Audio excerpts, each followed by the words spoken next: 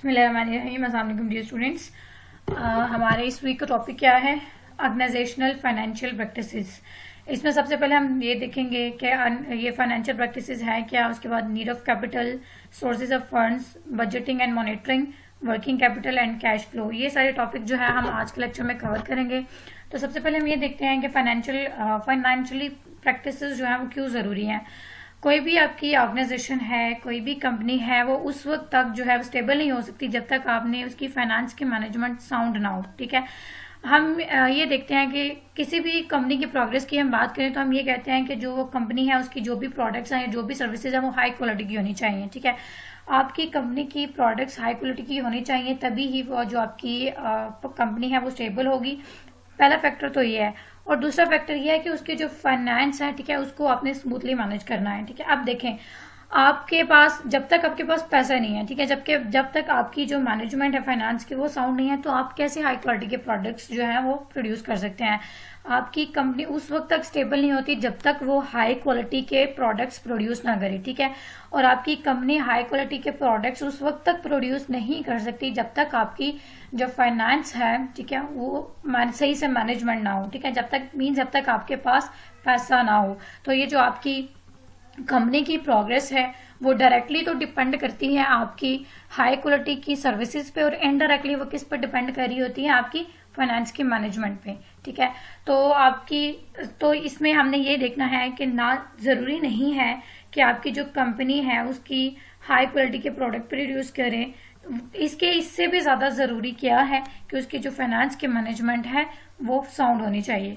इसकी रीजन क्या है कि ये जो हमारे जितने भी ये यंग सॉफ्टवेयर इंजीनियर्स होते हैं, मींस ये जो न्यूली एजुकेटेड होते हैं, जो यूनिवर्सिटी से भी निकलते हैं, तो उनके माइंड में इनोवेटिव आइडियाज होते हैं। ठीक है, वो यही सोचते हैं कि उनका पहला पॉइंट यही होता है कि हमारे पास स्किल्स है, हमारे पास इनोवेटिव आइडियाज हैं, तो हम क्या कर सकते हैं, हम अपना एक सॉफ्टवेयर हाउस जो है वो बना सकते हैं, हम अपनी एक कंपनी जो है उसको लॉन्च कर सकते हैं। तो ऐसा पॉसिबल नहीं होता। ठीक है, क्यों पॉसिबल नहीं होता?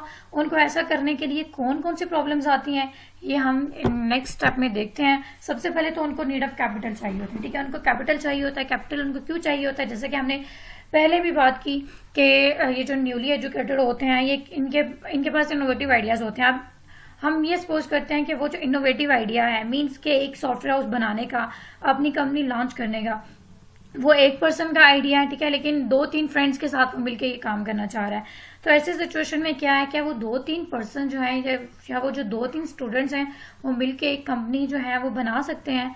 ऐसा पॉसिबल नहीं है। अब इस सिचुएशन में वो क्या करेंगे कि वो कॉन्ट्रैक्ट बेस पे हायरिंग करेंगे। ठीक है, अब कॉन्ट्रैक्ट बेस पे हायरिंग जो होती है वो क्या होती है कि आपने उनको डेली बेसिस पे पे आउट करना होता है, या फिर आपने उनके वेजेस के बेस पे आपने उनको सर्विस देनी होती है। आप वेजेस के हिसाब से मंथ के एंड पे कैलकुलेट कर लेते हैं, फिर आप क्या कर देते हैं, उनको सैलरी दे देते हैं। तो ये आप सैलरी कैसे देते हैं उनको? आपने कॉन्ट्रैक्ट बेस पे जो हायरिंग की होती है, आपने उनको सैलरी देनी ही देनी है। इट मीन्स आपको यहाँ पर कैपिटल चाहिए। उसके बाद आपको क्या चाहिए? समटाइम ऐसा होता है कि ये जो आपके क्लाइंट होते हैं, ठीक है, ये आपको इनवॉइस नहीं देते। वो कहते हैं कि चले हम आपको 3 मंथ्स के बाद देंगे, 6 मंथ्स के बाद देंगे। तो ऐसी सिचुएशन में क्या होता है, या फिर वो ये कहते हैं कि आप जब हमारा प्रोजेक्ट कंप्लीट करेंगे तब हम आपको जो है वो पैसे देंगे। तो इस सिचुएशन में कंपनी को क्या करना पड़ता है कि कंपनी को अपने जो उनके जो फाइनेंस है या अपने जो एक्सपेंसेस होते हैं वो सारे उनको खुद से करने पड़ते हैं। तो ऐसी सिचुएशन में भी जब आपका क्लाइंट आपको पहले पे नहीं कर रहा, वो ये कह रहा है कि जब तक आप प्रोजेक्ट हमें नहीं देंगे, उसके बाद जब आप हमें प्रोजेक्ट देंगे फिर हम आपको क्या करेंगे, उसकी पेमेंट करेंगे। ठीक है, तो ऐसी सिचुएशन में भी कंपनी के पास इतना कैपिटल होना चाहिए कि वो ये जो एक्सपेंसेस हैं वो खुद से उनको पे कर सके। इसके बाद क्या है कि कोई भी स्टूडेंट है, ठीक है, कोई भी प्रोफेशनल लोग हैं, उन्होंने अपनी कोई भी एक कंपनी बनानी है, ठीक है, कोई ऑर्गेनाइजेशन जो है उसको स्टैब्लिश करना है, तो उनके लिए सबसे पहले जो चीज है, ठीक है, सबसे पहला जो फैक्टर है उनके पास होना चाहिए वो क्या है? कैपिटल। उनके पास कैपिटल होना चाहिए, उनके पास पैसे होने चाहिए। अगर उनके पास पैसे नहीं है, बेशक उनके पास जितनी उनकी स्किल्स कितनी भी अच्छी हैं, कितने अच्छे आइडियाज हैं, वो तो जब भी आप कोई कंपनी स्टैब्लिश करते हैं तो एटलीस्ट आपके पास इतना कैपिटल होना चाहिए कि आप 3 मंथ तक सर्वाइव कर सकें। ठीक है, 3 मंथ तक सर्वाइवल के लिए आपके पास कैपिटल क्यों होना जरूरी है? क्योंकि जब हमारे पास लार्ज प्रोजेक्ट्स आते हैं जिनके कम्प्लीशन में आपको 4 मंथ्स या 8 मंथ्स रिक्वायर्ड होते हैं, उस सिचुएशन में उस 4 मंथ या 8 मंथ में आपके पास कोई पेमेंट नहीं आ रही, कोई रेवेन्यू जनरेट नहीं हो रहा, तो आपने क्या करना है, वो पेमेंट जो होती है वो आपने उसके जो जितने भी एक्सपेंसेस हैं वो आपने खुद पे करने हैं। तो इस सिचुएशन में, ठीक है, इस सारी सिचुएशन में आप सिचुएशन से निकलने के लिए या इसको सक्सेसफुली कंप्लीट करने के लिए आपके पास कैपिटल होना चाहिए। इसके बाद हम देखते हैं कि हमारे पास कैपिटल क्यों जरूरी है कि आपके पास कैपिटल होना चाहिए। सबसे पहले तो ये है कि आपने जो पर्सन हायर किया है, ठीक है, उनकी सैलरीज के लिए। उसके बाद क्या है कि आपने जो अपना बिजनेस जहां पर भी स्टैब्लिश किया है, अगर वो बिल्डिंग आपकी रेंट पे है, ठीक है, तो आपने उसका रेंट भी पे करना है ऑब्वियसली। इसके बाद अगर आप उसकी कोई लाइट वगैरह यूज कर रहे हैं तो आपने उसका भी बिल देना है। उसके बाद आपने कोई इक्विपमेंट यूज करना है, ठीक है, आपने कोई टूल्स जो है वो बाय करने हैं, तो इसके लिए भी आपको पेमेंट चाहिए, इसके लिए भी आपके पास कैपिटल होना जरूरी है। उसके बाद क्या है कि ये अगर इसके बाद आपने क्या करना है कि आपने अपनी कंपनी की, उसके बाद आपने जो सर्विसेज दे रहे हैं उसके एडवर्टाइजमेंट के लिए भी आपको कैपिटल चाहिए।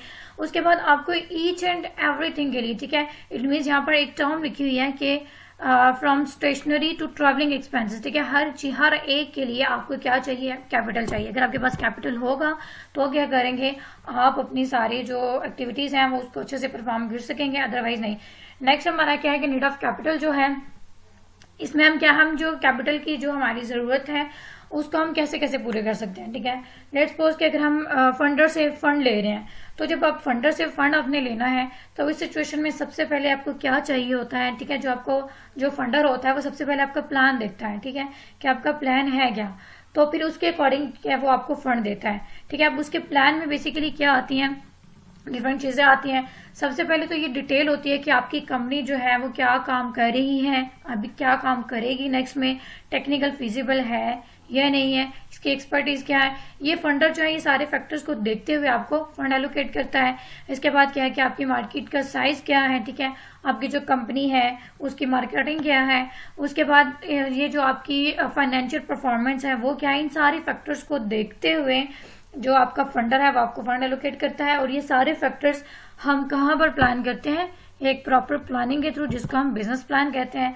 इसके बाद अगर हमने फंड्स लेने हैं तो हमारे फंड्स के सोर्सेज कौन कौन से हैं। नंबर 1 है ग्रांट्स, उसके बाद है लोन्स, सेल्स ऑफ इक्विटी। तो सबसे पहले हम ग्रांट्स देखते हैं। ग्रांट्स क्या होते हैं, ठीक है, ये एक ऐसी ग्रांट्स, अगर हम एग्जाम्पल लें तो ये अगर आपको कोई गिफ्ट करता है तो आपने क्या उसको गिफ्ट बैक पे तो नहीं देना होता ना, आपने गिफ्ट वापस तो नहीं करना होता, गिफ्ट रिटर्न तो नहीं करना होता।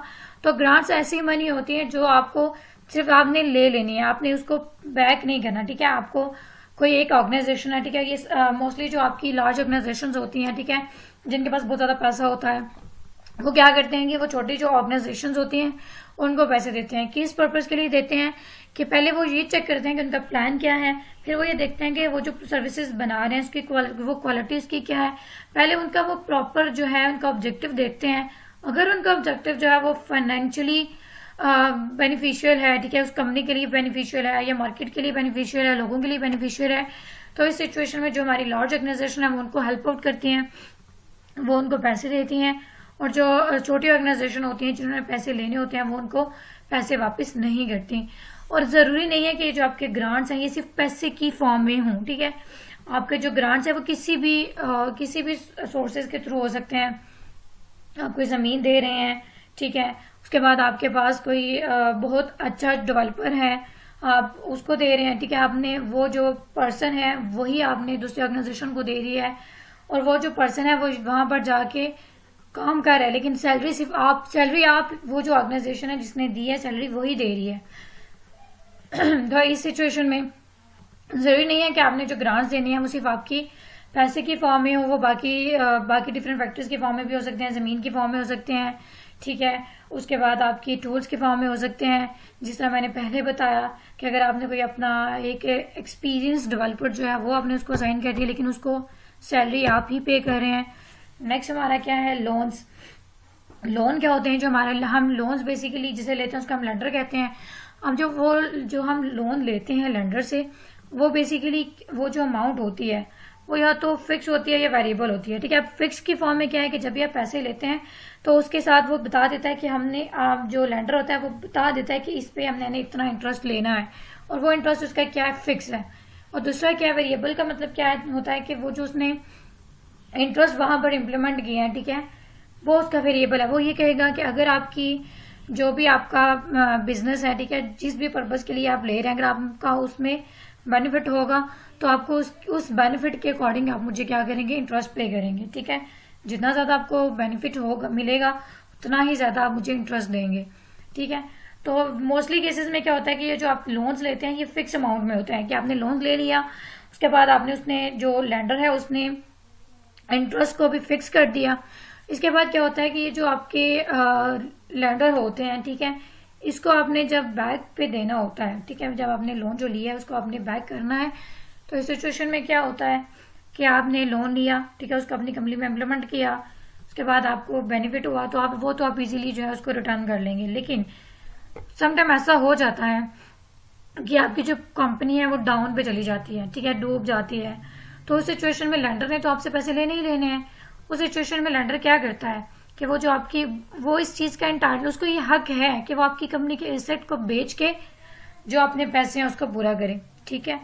तो नेक्स्ट हमारा क्या है कि जब आप समटाइम ऐसा होता है ना कि हम लोन लेते हैं तो एज अ सिक्योरिटी हम उसको कोई चीज दे देते हैं।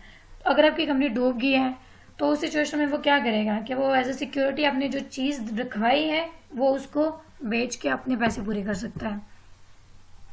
अगला हमारा सोर्स क्या है, सेल ऑफ इक्विटी। अब सेल ऑफ इक्विटी में क्या होता है, ये बेसिकली सेल ऑफ इक्विटी एक ऐसी टर्म है जिसमें हम ये कहते हैं कि जितने भी ये हमारा जो कंपनी का ओनर है वो ये चाहता है कि जो बाहर के जितने भी लोग हैं वो हमारी कंपनी में इन्वॉल्वमेंट करें, मीन्स के वो जो हमारी कंपनी के शेयर हैं वो उसको बाय करें, ठीक है। अब ये जो ऐसी कंपनी है, ठीक है, जिसके शेयर जो है वो बाहर से शेयर होल्डर जो है वो जो हम उसको परचेज कर रहे हैं, तो इस सिचुएशन में क्या होता है, दो टर्म आती हैं, एक शेयर होल्डर्स की, दूसरी आती है लेंडर की। अगर आपकी कंपनी जो है वो आपकी कंपनी को फायदा हो रहा है, ठीक है, तो इस सिचुएशन में देखें जितना फायदा आपकी कंपनी को मिल रहा है, ठीक है, उसी के हिसाब से, ठीक है, शेयर होल्डर्स के पास आपकी कंपनी के शेयर हैं, ठीक है, तो उस बेनिफिट में शेयर होल्डर का भी पार्ट है। तो उसमें क्या होगा कि जैसे ही आपकी कंपनी को फायदा हो रहा है शेयर होल्डर को भी फायदा हो रहा है, ठीक है, शेयर होल्डर के पास भी उसकी अमाउंट आ रही है। लेकिन लैंडर को इस सिचुएशन में क्या हो रहा है, लैंडर को कोई फायदा नहीं हो रहा। आपने लैंडर से जो है लोन लिया है, उसमें जो रेट ऑफ इंटरेस्ट है वो भी फिक्स है, तो जितने पैसे आपने उससे लिए हैं आपको बेशक जितना भी फायदा हो रहा है आपने उसको उतने ही पैसे रिटर्न करने हैं। लेकिन दूसरी सिचुएशन में अगर हम देखें, अगर आपकी कंपनी जो है वो डूब रही है, उसको कोई फायदा नहीं हो रहा, तो इस सिचुएशन में जो आपके शेयर होल्डर है, ठीक है, समटाइम ऐसा होता है, इतनी पैथेटिक सिचुएशन हो जाती है कि जो शेयर होल्डर होते हैं इन्होंने जो शेयर परचेज किए होते हैं वो भी उनसे ले लिए जाते हैं। तो जब आपकी कंपनी लॉस पे जाती है तो शेयर होल्डर को भी साथ में लॉस होता है, ठीक है। लेकिन इस सिचुएशन में जो आपका लैंडर है वो अच्छी स्टेज पे है, आपने उसने जो पैसे आपने लोन एज अ लोन लिए हैं वो आपने उसको देने ही देने हैं, बेशक आपकी कंपनी जो है वो फायदे में है या आपकी कंपनी जो है वो लॉस में जा रही है। नेक्स्ट हम देखते हैं बजटिंग एंड मॉनिटरिंग। जैसे कि हमने प्रीवियस लेक्चर में भी डिस्कस किया था कि आपने बजट को मैनेज करना क्यों जरूरी होता है, तो इसमें भी हम देखते हैं बजट क्या होता है कि बेसिकली हम जो हमारा करंट ईयर चल रहा होता है, ठीक है, उसमें हम क्या करते हैं, हम पूरे मंथ के लिए, पूरे साल के लिए हम एक बजट बना लेते हैं, ठीक है, और फिर आपने क्या करना होता है, उस बजट को मॉनिटर भी करना होता है कि आपकी जो कंपनी है उसकी इनकम क्या है, ठीक है, उस पर कितना एक्सपेंडिचर आया है, कितना रेवेन्यू जनरेट हुआ है। हमने प्रीवियस में लेक्चर में डिटेल डिस्कस किया है कि हम इसको कैसे कैलकुलेट करते हैं ग्रॉस मार्जिन के अगेंस्ट। यहाँ पर मैंने एक टर्म लिखी हुई है budgeting is an attractive process. Attractive process का मतलब क्या है कि आपका जो बजट है वो कभी भी एवरेज लाइन पे नहीं रहता, कभी वो आपका जो आपने बजट एस्टिमेट किया, हमारी असम्पशन ही है ना कि हमारी जो है हमारी ये रिक्वायरमेंट होती है, हमारा इतना खर्चा आएगा, जरूरत तो नहीं है कि आपने जो असम्पशन की है वो बिल्कुल आपकी एक्यूरेट है, ठीक है। कभी आपके एक्सपेंडिचर जो होते हैं वो उससे ज्यादा हो सकते हैं, कभी आपके जो है राजात हैं उससे कम हो सकते हैं। तो इस सिचुएशन, इस प्रोसेस को हम क्या कहते हैं, एट्रैक्टिव प्रोसेस कहते हैं। इसके बाद क्या है कि budgeting and monitoring. Budgeting and monitoring में बेसिकली क्या होता है कि ये जो आपने सबसे पहले क्या चीजें देखनी होती है कि इनकम क्या है, उसके बाद इसमें जो एक्सपेंसेस है वो कितने हो रहे हैं। तो बजटिंग में जो वाइटल रोल प्ले करते हैं वो आपके ऑपरेशन मैनेजर करते हैं और सेल्स मैनेजर करते हैं, ठीक है। ऑपरेशन मैनेजर ने देखना होता है कि कौन कौन क्या क्या ऑपरेशन परफॉर्म हो रहा है, क्या क्या रिसोर्सेज हमें चाहिए, ठीक है, कैसे कैसे परफॉर्म हो रही हैं, उसके बाद लोगों की रिक्वायरमेंट क्या है, ठीक है, with respect to their development, या फिर उनकी अपनी जरूरियात हैं। तो ये सारी चीजें आपके बजट में आती हैं। उसके बाद क्या है कि सेल्स जो सेल्स मैनेजर है वो ये देखता है कि आपकी सेल्स जो है वो इंक्रीज हो रही है या नहीं है। सेल्स मैनेजर का ये काम है कि वो तो यही चाहेगा ना कि आपकी सेल्स जो है इंक्रीज हो, क्योंकि जब आपकी सेल्स इंक्रीज होंगी तो आपकी कंपनी को ऑटोमेटिकली क्या होगा, फायदा हो रहा होगा। वो ये चाहेगा कि ज्यादा से ज्यादा आपको काम मिले। जितने ज्यादा टास्क आपकी कंपनी को मिलेंगे उतना ही ज्यादा बजट जो है वो प्रोड्यूस होगा, उतना ही ज्यादा बजट बनेगा और उतना ही ज्यादा आपको रेवेन्यू मिले, आपका रेवेन्यू जो है वो जनरेट होगा। तो जैसे ही आपकी कंपनी का जो है बजट इंक्रीज होगा, रेवेन्यू जनरेट होगा, आपकी कंपनी के लोग जो हैं वो खुश होंगे और अच्छे से उस काम को परफॉर्म कर सकेंगे। इसके बाद हम देखते हैं working capital and cash flow. Working capital में क्या होता है, वर्किंग कैपिटल कि आपका जो कैपिटल है उसको हम कैसे हमारा कैसे वर्क करता है। अब देखें समटाइम ऐसा होता है कि हमारी जो पेमेंट्स हैं वो नहीं हो रही होती, तो हम बिल जो है वो नहीं पे कर पा रहे होते। तो इस सिचुएशन में हम क्या करते हैं, हम इनवॉइसेस क्रिएट कर लेते हैं। ठीक है, हम इनवॉइसेस क्रिएट कर लेते हैं मींस यहाँ पर एक टर्म लिखी हुई है एक्रूअल बेसिस। ठीक है, एक्रूअल बेसिस का मतलब क्या होता है कि जैसे ही आपका रेवेन्यू जनरेट होगा, जैसे ही आपके पास पैसे आएंगे तो आप क्या करेंगे, आप बिल को पे कर देंगे। ठीक है, तो इस सिचुएशन में हम क्या करते हैं, हम इनवॉइसेस जनरेट कर लेते हैं, या फिर हम इनवॉइसेस जो हम जनरेट करते हैं उसमें हम ये कहते हैं कि 3 मंथ्स में हम आपको इतनी पेमेंट देंगे, उसके बाद नेक्स्ट 3 मंथ्स में हम आपको इतनी पेमेंट दे देंगे। तो ये सारा आपकी किस पे बेस कर रहा होता है, जो आपने इनवॉइस जनरेट करवाया होता है कि जैसे ही हमारी पेमेंट्स आएंगी हम आपको बिल पे कर देंगे। अब पेमेंट्स कैसे आती हैं, मैंने पहले भी डिस्कस किया कि ये जो हमारे लॉन्ग टर्म प्रोजेक्ट्स होते हैं, ठीक है, जो लॉन्ग प्रोजेक्ट्स होते हैं उसमें क्या समटाइम तो हमारे वहाँ उसमें 2 years लग सकते हैं, 1 year लग सकता है। तो चूंकि उनकी पेमेंट जो होती है वो एंड ऑफ द डेवलपमेंट आपको मिलनी होती है, तो इसलिए आपकी जो रेवेन्यू होता है वो बिल्कुल स्टॉप हुआ होता है, तो हम बिल को पे नहीं कर पाते। हम ये कहते हैं कि जैसे ही हमारे पास पेमेंट आएंगी हम जो अपने बिल सारी क्लियर करवा लेंगे। नेक्स्ट क्या कहता है कैश फ्लो या वर्किंग कैपिटल के हमने क्या करना होता है कि हमने सबसे पहले जो गैप होता है कि हमारी कंपनी को हमें क्या मिल रहा है और जो हमें मिल रहा है उसमें से हमने क्या क्या पे करना है, इस गैप को अपने कवर करना होता है। जैसे पहले मैंने प्रीवियसली हमने बात की कि हम इनवॉइसेस जनरेट कर लेंगे कि जैसे ही हमें पैसे मिलेंगे हम आपके जो बिल है वो हम उसको क्लियर कर देंगे। मीन्स जैसे ही हमारे पास अमाउंट आएगी उसमें से हम ये चेक करेंगे कि हमने क्या देना है, ठीक है, हमारे क्या क्या एक्सपेंसेस हैं, फिर उसमें से एक्सपेंसेस करने के बाद हम देखेंगे कि हमारे पास कितनी अमाउंट बच रही है। तो यहाँ पर एक टर्म है कैश फ्लो प्रेडिक्शन, जो कि कैश फ्लो प्रेडिक्शन ये बताती है कि हमारे हम कितनी जो कैश है वो हमारी एक्सपेक्टेड है, ठीक है, और कितनी जो कैश है वो हम नेक्स्ट 12 मंथ्स में, मीन्स हमारे 12 मंथ्स के बाद जब हमारा प्रोजेक्ट कंप्लीट होगा तो हम कितनी कैश जो है उसको हमें मिलेगी। उसके बाद हम ये देखते हैं कि जब भी आप बैंक से लोन लेते हैं तो आप ओवरड्राफ्ट कर लेते हैं। अब ओवरड्राफ्ट का मतलब क्या होता है, ये आपने बैंक से लिया लोन, ठीक है, आपने उनको ये बताया कि मैं इतनी जो लेट्स सपोज कि आपकी जो बैंक अकाउंट है वहां पर 30,000 पड़े हुए हैं, लेकिन आपको 1 लाख अमाउंट चाहिए, तो इसमें आपको 70,000 पे आपको इंटरेस्ट भी देना पड़ेगा। तो इस सिचुएशन में क्या करेंगे कि आप अपने जो बैंक है उसको आप बताएं, बैंकर को बताएंगे कि मैं जो टाइम इतने टाइम में, ठीक है, आपको ये आपकी जो पेमेंट है आपको वापस कर दूंगा। लेकिन समटाइम क्या होता है कि जो आपने टाइम बताया होता है, ठीक है, वो भी पूरा हो जाता है, या फिर बैंक जो है वो आपको ये कहता है कि नहीं, आपने जो मैंने आपको टाइम एलोकेट किया है 3 मंथ्स का किया है, आपने इसी टाइम के अंदर मुझे अपने पैसे रिटर्न करने हैं। तो अगर आपका टाइम वो जो टाइम स्पैन था वो पूरा हो गया लेकिन आपके पास पेमेंट नहीं आई, आप पे नहीं कर सकते, तो इस सिचुएशन में आप क्या करेंगे, आप ओवरड्राफ्ट करेंगे, आप एप्लीकेशन लिखेंगे कि मेरा ये जो टाइम पीरियड है इसको थोड़ा सा एक्सपैंड कर दें। तो आई होप आपको आज का लेक्चर समझ आ गया होगा। आज के लेक्चर में हमने नीड ऑफ कैपिटल देखा, हमने सोर्सेज ऑफ फंड्स देखे, ग्रांट्स क्या है, लोन्स क्या है, उसके बाद हमने इक्विटी देखी, सेल्स ऑफ इक्विटी हमने देखी। तो इंशाल्लाह हम नेक्स्ट वीक में अपना नेक्स्ट टॉपिक कंटिन्यू करेंगे। टिल देन टेक केयर, अल्लाह हाफिज़।